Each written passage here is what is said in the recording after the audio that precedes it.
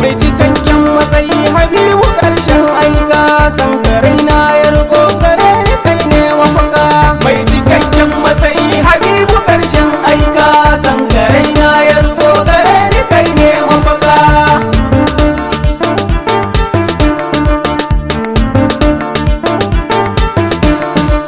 Rabbana sarki kai nake sakawa farko, kai ka kaki Habibu abun suna ne farko.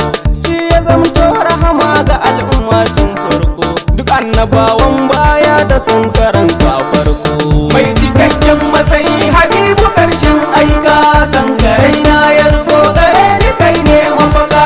Da Aminullahi farin ciki gun kowa, son Habibu fa shine dukan imani ga kowa. Kai dubu na salati gurin shi manzon kowa, arzikinsa mun samu ko da mutum ko gawa. Mai cikakken matsayi Habibu ƙarshen aika, san ka raina ya riko gare ni kai ne mafaka.